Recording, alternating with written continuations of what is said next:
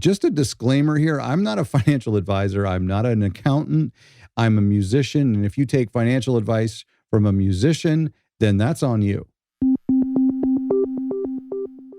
Hello and welcome to Other Record Labels. Today we're going to talk about how to find an investor for your record label. This is actually a question I get asked a lot. People email me and leave comments here and talk about it in our Facebook community. And so I think it's something that we need to address, especially if you're early in your record label journey. This is a question you might be asking. If you are early in your record label journey, make sure you download my free toolkit for record labels by going to otherrecordlabels.com/toolkit. It contains a checklist, a workbook, a bunch of free cool goodies in there, a sample contract, some budgeting stuff, a sample bio, all that kind of stuff. Otherrecordlabels.com/toolkit. Here's what I want to propose. Instead of asking how to find an investor for your record label, I think the better question is, why would somebody want to invest in our record label? When we're able to answer that question, it opens us up to a whole new understanding about why somebody would invest in our record label and how we can provide a return for them. So the first thing I want to do is I want to talk about 3 reasons why people invest in not just record labels, in any company. So let's look at 3 reasons why a bank, an angel investor, a family friend, a family member, or an arts council in your country would invest in your record label. Once we break down these investment motivations, then we can see how we can prepare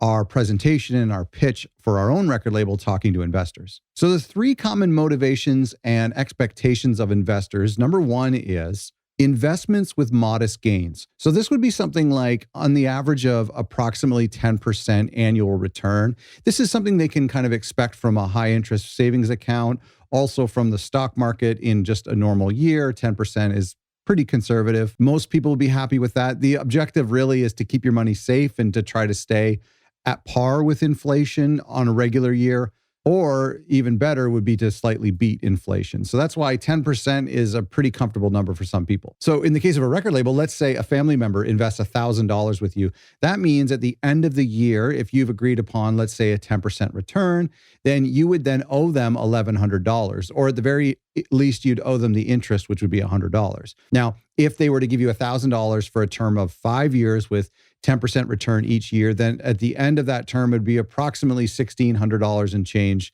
that you would owe them. And they would make $600 after it compounds, and you'll have got to borrow $1,000 at a 10% rate for 5 years. This is not a crazy amount of money. It's not a crazy return for some people. It's just something that people like. It's kind of comforting. It's kind of low risk. And for that, the reward is generally fairly low. Number 2 motivation is outsized returns, investments with outsized returns. Now think like investing in a startup like Airbnb or Google or Facebook. It's risky.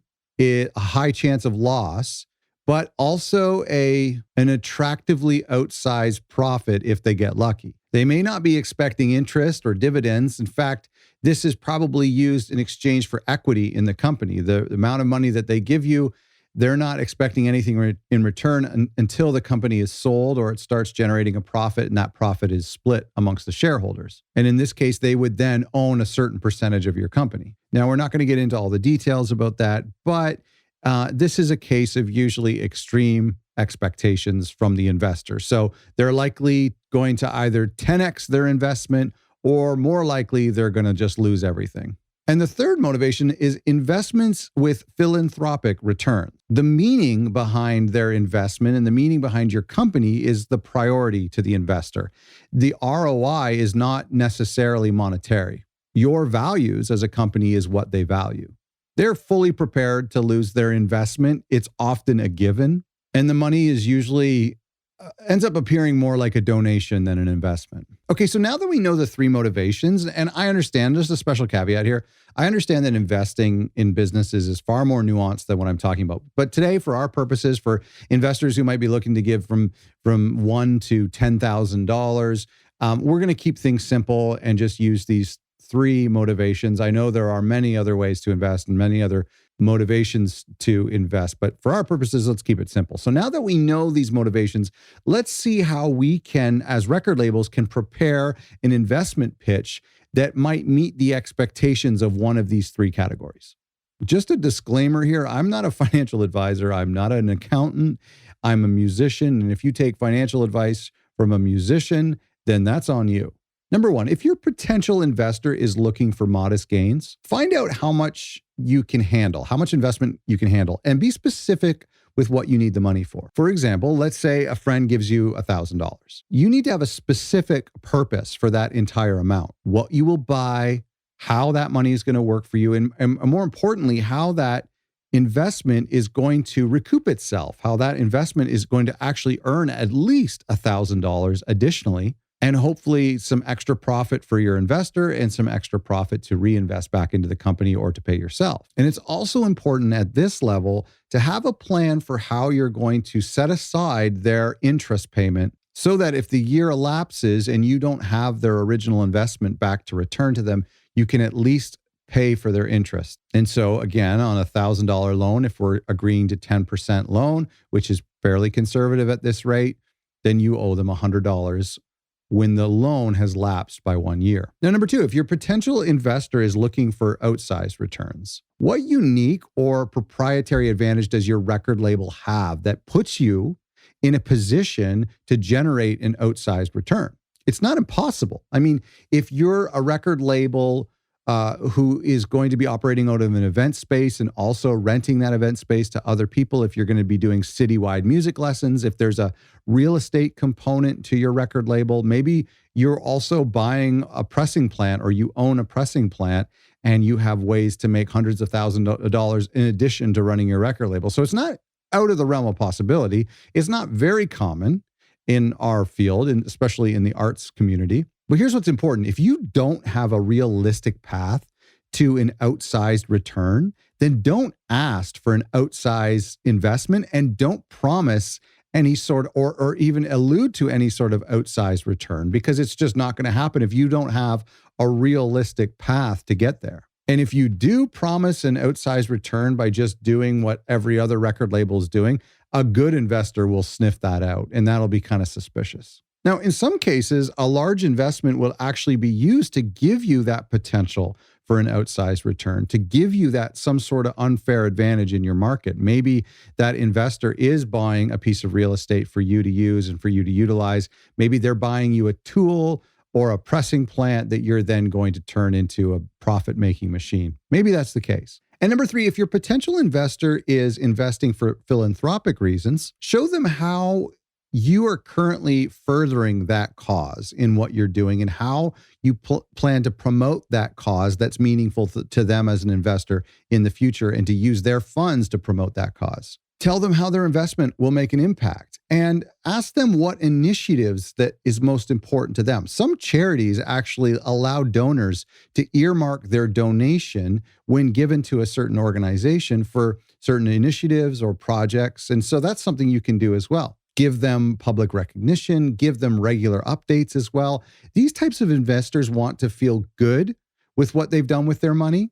The money is oftentimes gone, but that intangible ROI when they give to similar to a charity is actually a very important reward for them. Now, the question of should you have an investor, should you not get an investor, should you do it on your own? I can't answer that question. That's just like asking an architect, should I build a building? I mean, I can't answer that question for you because everybody's scenario is different. But what I wanted to do is I wanted to highlight 3 common reasons why somebody may want to invest in a company. And then I want you to look at your record label and say, which one of those categories can I offer a future investor? Now, in some cases, investors might be interested in all 3 of those things or 2 of those things. They might think, okay, you know what? I'm going to give my grandson $5,000. Hopefully he keeps that money safe. Hopefully at the very least I can get it back with no interest or maybe with just a little bit of interest. But more importantly, I'm helping my grandson or my granddaughter start their company.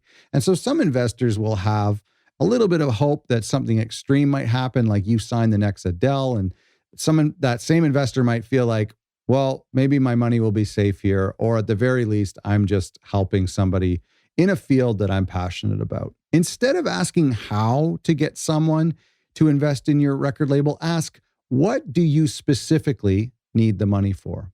Number 2, what is this potential investor looking to gain?